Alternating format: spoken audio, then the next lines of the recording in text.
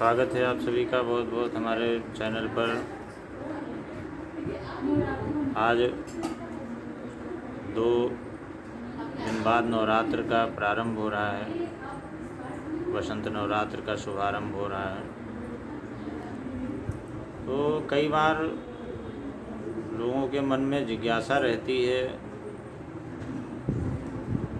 और कई बार जिज्ञासा बस वो जानना भी चाहते हैं, लेकिन उन्हें सटीक जानकारी नहीं मिल पाती है। प्रायः सभी लोगों के यहाँ कलश स्थापना होती है। माता देवी माँ की मूर्ति की स्थापना भी होती है, मूर्ति भी स्थापना की जाती है, साथ में कलश स्थापना का विशेष महत्व है। कलश स्थापना का विशेष महत्व है, इसके पीछे भी कई सारे कारण हैं, बहुत सारे कारण हैं। सृष्टि से जुड़ा हुआ है कलश स्थापना का जो विषय है, जो प्रसंग है, ये सृष्टि के प्रारंभ से ही जुड़ा हुआ है।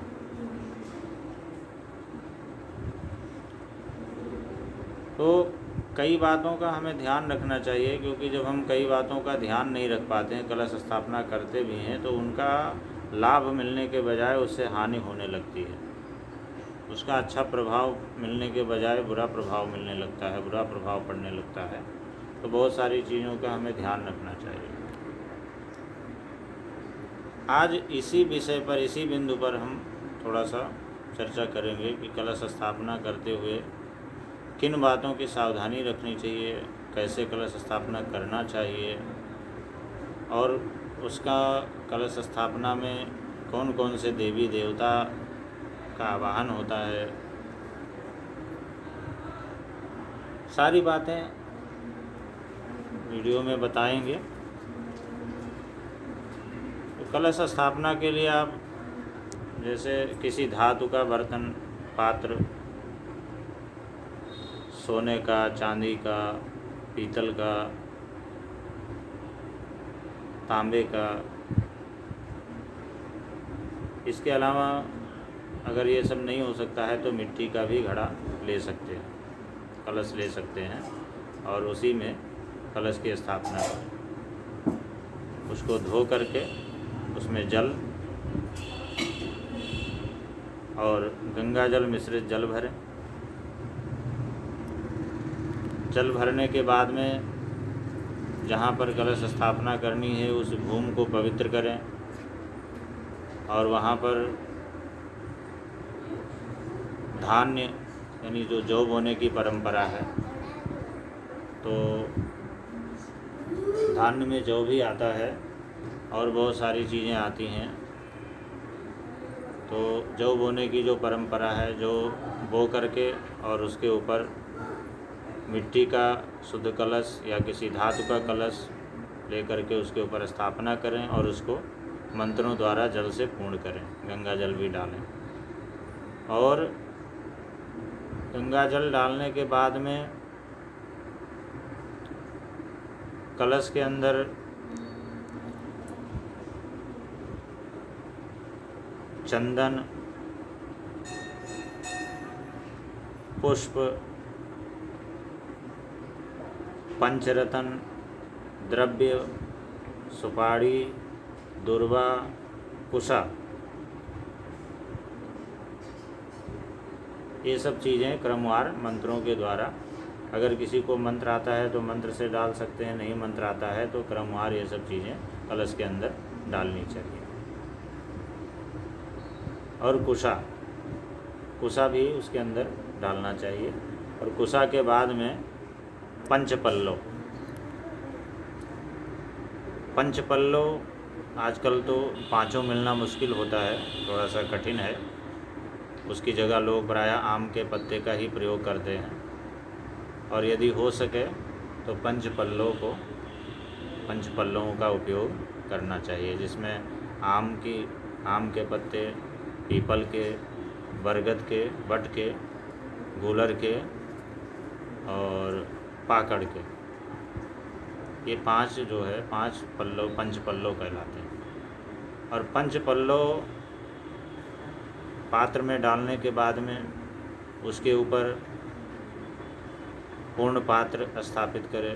पूर्ण पात्र का मतलब कि जो घड़ा है उसका ढक्कन या लोटा है तो उसका ढक्कन उसके साइज का, जो कटोरी है उसके ऊपर जो आ सकता हो, उसमें चावल, गेहूँ, जौ इत्यादि कुछ भी धान्य भर करके उसके ऊपर रखें, उसे पूर्ण पात्र कहा जाता है। पूर्ण पात्र रखें और पूर्ण पात्र रखने के बाद में श्रीफल, नारियल पे चुनरी लपेट करके या कलावा लपेट करके उसको रखें। तो यहाँ एक सबसे बहुत ही आवश्यक बात है, बहुत ज़रूरी बात है जो जानने वाली है। कई बार लोग नारियल को किसी तरह रख देते हैं, किसी दिशा में रख देते हैं, कई बार किसी दिशा में रख देते हैं, लेकिन उसका विशेष तौर से हमें ध्यान रखना चाहिए कि नारियल हमारा किस दिशा में हो। नारियल रखते हुए विशेष सावधानी बरतनी चाहिए। नारियल रखने के बाद में कि विशेष सावधानी बरतनी चाहिए, क्योंकि ऐसा लिखा हुआ है, शास्त्रों में लिखा हुआ है कि अधोमुखम शत्रु विवर्धनाय। अगर नारियल का मुंह जो है, नारियल का जो मुख होता है, जहाँ जिस तरफ 3 आँखें होती हैं, अगर नीचे की तरफ उसका मुंह करके रखा जाएगा तो शत्रुओं की वृद्धि होगी। इसलिए कभी उसका नारियल का मुख नीचे की तरफ को नहीं रखना चाहिए। और ऊर्ध्वस्य वस्त्रम बहुरोग वृद्धि, अगर उसका मुंह, नारियल का मुंह ऊपर की तरफ को रखते हैं तो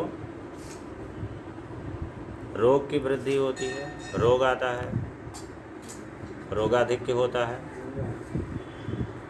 तो अधोमुखम शत्रु विवर्धनाय ऊर्ध्वस्य वस्त्रम बहुरोग वृद्धि। और अगर ऊपर की तरफ मुंह करके रखा जाए तो रोग की वृद्धि होती है, अच्छा नहीं होता है। इसी तरह प्राची मुखम वित्त विनाशनाय, और अगर पूरब की तरफ यानी अपने से विपरीत दिशा में पूरब की तरफ को मुख करके रखा जाए तो वित्त विनाशनाय यानी धन हानिकारक होता है। सही शब्दों में, सही सरल शब्दों में अगर देखा जाए तो नारियल का मुख ना ऊपर को होना चाहिए, ना नीचे को होना चाहिए, ना अपने से विपरीत दिशा में होना चाहिए। केवल तस्मात् शुभम सम्मुखम नारिकेलम, केवल नारियल का मुंह अपनी तरफ को होना चाहिए।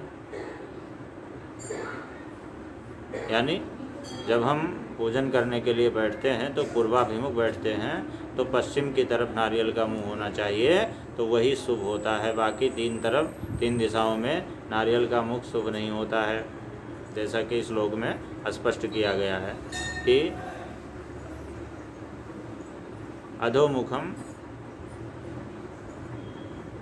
अधोमुखम शत्रु विवर्धनाय ऊर्ध्वस्य वस्त्रम बहुरोग वृद्धि। अगर नीचे को मुँह करके रखा जाए तो शत्रु, और अगर ऊपर को मुँह करके रखा जाए तो रोग, और अगर विपरीत दिशा में, दूसरी दिशा में मुँह करके रखा जाए तो धन हानि का कारक होता है। तो इसलिए हमेशा नारियल रखते हुए बहुत बड़ी सावधानी बरतनी चाहिए। ये बहुत ही मुख्य बिंदु है जिसका हमें ध्यान रखना चाहिए, क्योंकि प्राय सभी घरों में कलश स्थापना होती है तो नारियल रखते हुए उसका ध्यान विशेष रूप से रखना चाहिए। अब नारियल रखने के बाद में आपका कलश पूर्ण हो जाता है। अब कलश में कोई सामान्य चीज़ नहीं है कलश स्थापना। कलश में जितने भी देवी देवता हैं, 4 वेद, शास्त्र, ब्रह्मा विष्णु महेश, सभी सागर, सभी नदियाँ, सभी तीर्थ और जितनी भी देवियाँ हैं, सभी का उस कलश में आवाहन होता है। आवाहन किया जाता है, मंत्रों के द्वारा आवाहन किया जाता है। अगर कोई व्यक्ति मंत्र जानता है तो मंत्र के द्वारा आवाहन कर सकता है, नहीं तो इनका नाम ले करके उन पर आवाहन कर सकता है। फूल फूल के द्वारा, पुष्प के द्वारा, अक्षत के द्वारा उनका आवाहन कर सकता है। और आवाहन करने के बाद में उसकी प्रतिष्ठा करे। फिर